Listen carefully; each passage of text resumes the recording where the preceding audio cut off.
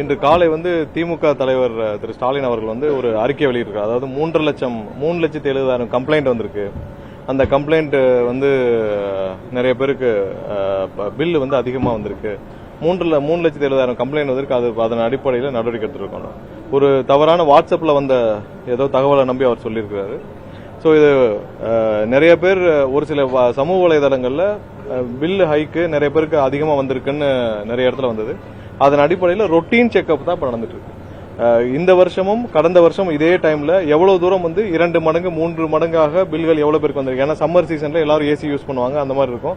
2 மடங்கு 3 மடங்கு எவ்வளவு பில்லு வந்திருக்குன்னு சொல்லி ஒரு அசஸ்மெண்ட் பண்ணதுல கடந்த வருஷம் வந்து 11,50,000 பேருக்கு வந்து 3 மடங்குக்கு மேல பில்லு வந்திருக்கு போன கடந்த வருடம். இந்த வருடம் வந்து 9,60,000 பேர்கிட்ட தான் அந்த மாதிரியான ஹைப் வந்திருக்கு.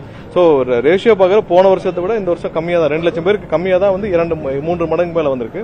அதுலேயும் ஒரு சில பேருக்கு ரொட்டீன் செக்அப், ஏன்னா அசஸ்மெண்ட் சரியா இருக்கா என்னன்னு சொல்லுங்க, ரொட்டீன் செக்அப் தான் பண்ணிட்டு இருக்கு. இவ்வளவு கம்ப்ளைண்ட்லாம் எங்கேயும் வரல, ரொட்டீன் செக்அப் வந்துட்டு இருக்கு. யாரெல்லாம் ரைஸ் பண்ணிருக்காங்களோ அதெல்லாம் பண்ணிட்டு இருக்கோம். அசஸ்மெண்ட் எல்லாம் ஏடி லெவல் ஏஇ லெவல்ல ஒரு ரொட்டீன் செக்அப் தான் பண்ணிட்டு இருக்கு.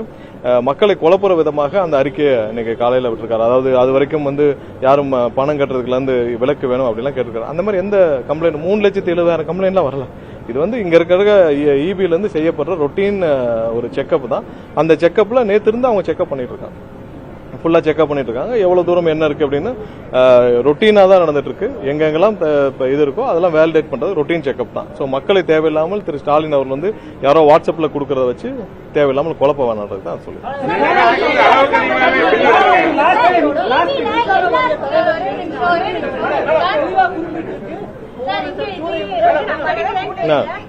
இல்ல சொல்றேன். இல்ல என்னன்னா இல்ல என்னன்னா நான் சொல்றேன் உங்களுக்கு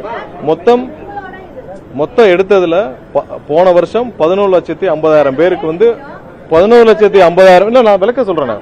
11,50,000 பேருக்கான இது வந்து 2 மடங்கு 3 மடங்கு பில்லு வந்திருக்கு. இந்த வருஷம் 9,60,000 பேருக்கு வந்து 2 மடங்கு 3 மடங்கு மேல பில்லு வந்திருக்கு.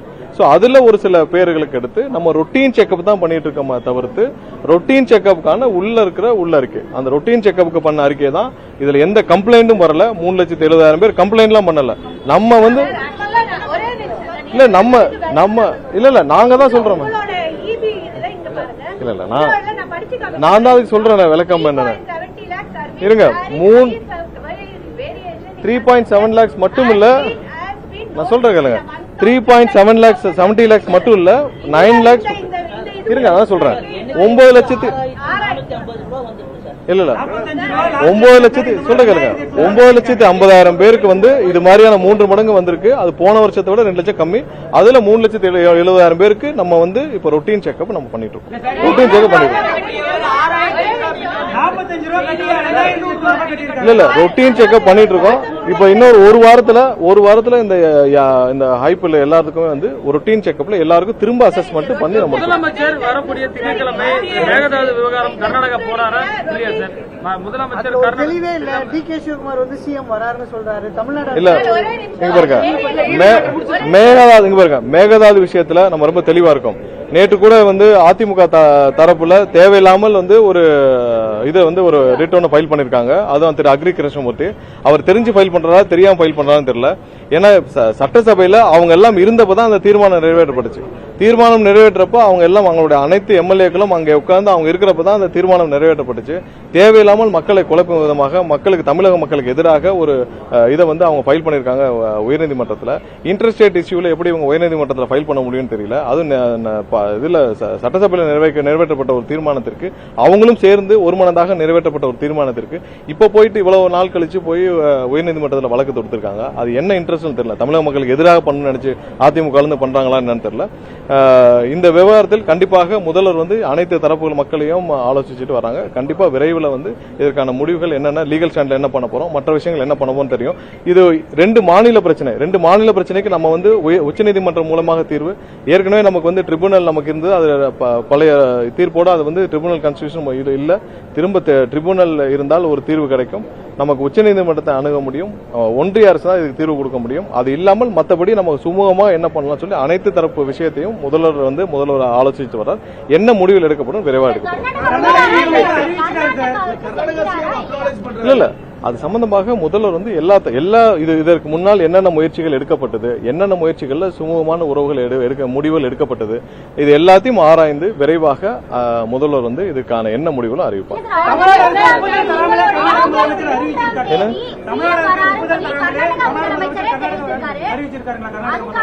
இல்ல ஆய்வுகள் எல்லா தரப்புலையும் நடக்கப்பட்டது.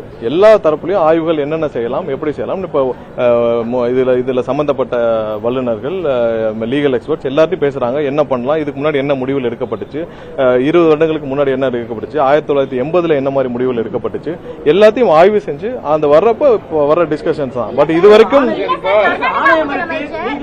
காவிரி மேலாண்மை வந்து தண்ணி திறந்து விட சொல்லி திறந்து வராங்களா இல்லையா?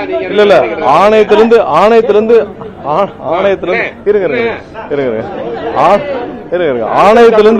ஆணையத்திலிருந்து கொடுக்கப்படும் விஷயங்கள் இப்ப 3000 ஆணையத்திலிருந்து இவ்வளவு கண்ணாடிகள் நீங்க திறக்கணும்னு சொன்னாலே கர்நாடகா ஒத்துக்கொள்ள மாட்டேன்றாங்க. சோ அப்ப நம்ம அதுக்கு தகுந்த அடுத்த விஷயத்தை நம்ம பார்க்கணும். நம்ம திரும்ப வந்து உச்சநீதிமன்றத்தை நாட வேண்டும்.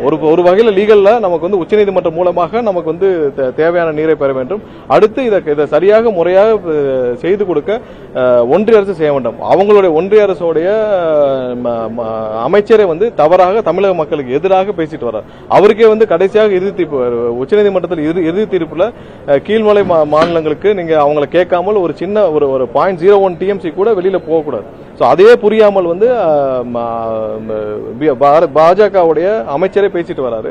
அவரே தமிழக மக்களுக்கு எதிராக பேசிட்டு அதை கூட கண்டிக்கிறதுக்கு இங்க யாருக்குமே உரிமை இல்லை. யாருமே வந்து இங்க இருக்க எதிர்கட்சிகளோ யாரும் வந்து அதை கூட கண்டிக்க மாட்டேங்கிறாங்க. இங்க இருக்க பாரதிய ஜனதா கட்சியும் கண்டிக்க மாட்டேங்குது, வேற யாரும் கண்டிக்க மாட்டேங்கிறாங்க.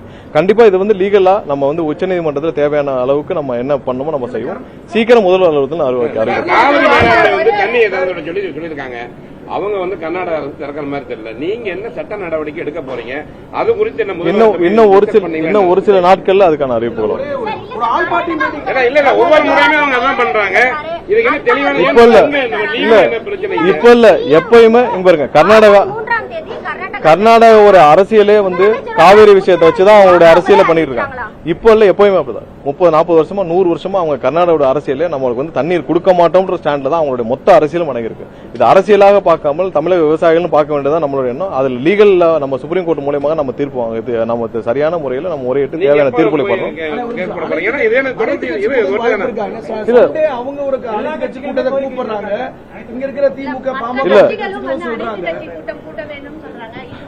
இல்ல எல்லாருக்கும் ஒரே நிமிஷம்.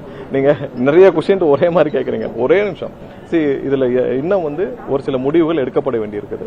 முதல்வர் தரப்புல இருந்து இன்னும் ஒரு வாரத்துக்குள்ள தேவையான முடிவுகள் அனௌன்ஸ் பண்ணப்படும். இதுல என்னென்ன ஆப்ஷன் இருக்குன்னு நீங்க எல்லாம் புரிஞ்சுக்கணும். ஒன்னு நம்ம சுப்ரீம் கோர்ட் மூலமாக, அடுத்து நம்ம வந்து ட்ரிபியூனல்ல நம்ம கொண்டு வரது மூலமாக ஒரு அடுத்த ஆப்ஷன், இன்னொன்னு இன்டர்ஸ்டேட்ல நம்ம எப்படி பேசி வாங்குறோம். இது 3 ஆப்ஷன். அடுத்தது என்ன செய்யணும், அடுத்து அது இல்லாமல் ஒன்றிய அரசுக்கு அழுத்தம் கொடுக்கிறது. இது 4 தான் நமக்கு இருக்கிற ஆப்ஷன். இதுல என்ன செய்யணுமோ கண்டிப்பாக முதல்வர்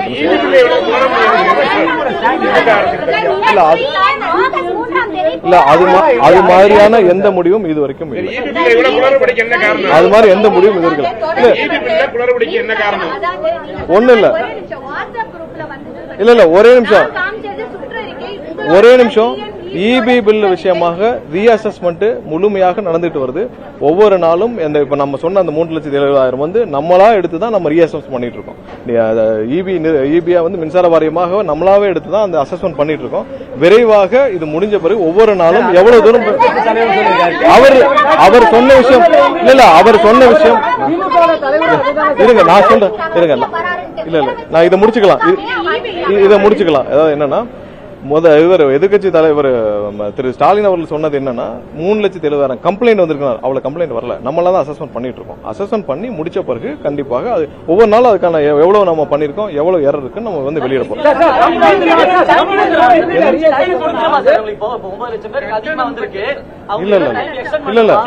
இல்ல அது டெய்லி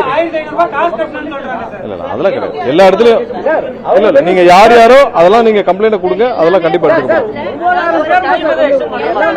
அந்த மாதிரி எந்த எக்ஸ்டென்ஷன் கிடையாது. அந்த மாதிரி அததான் குழப்பற விஷயமாக தான் திரு ஸ்டாலின் அவர்கள் கொடுத்திருக்காரு. அது இந்த மாதிரி எந்த எக்ஸ்டென்ஷன் இல்ல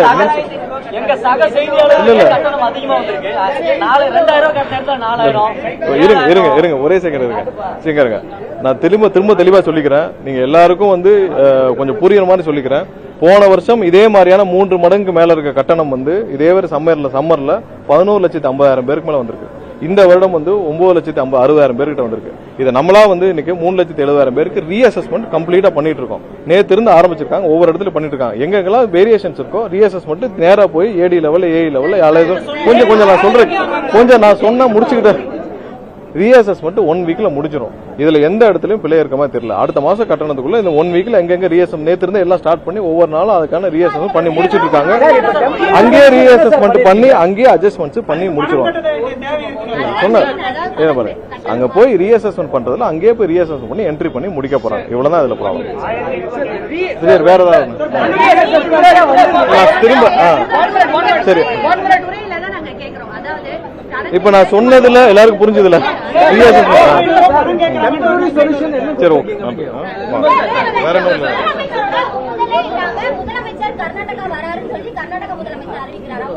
இல்ல முதலமைச்சருடைய டிராவல் சம்பந்தமா ஏதாவது ஒரு திட்டமிட்ட ஏதாவது டிராவல் இருந்துச்சுன்னா கண்டிப்பா முதல்வர்ல இருந்து அதுக்கு சம்பந்தமாக கண்டிப்பா அறிவிப்பாங்க.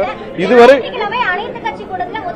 இல்ல அது மாதிரி ஏதாவது டிராவல் இருந்துச்சா, டிராவல் இருந்தால் விரைவாக, அது மாதிரி ஏதாவது டிராவல் இருந்தால் விரைவாக அறிவிக்கப்படும்.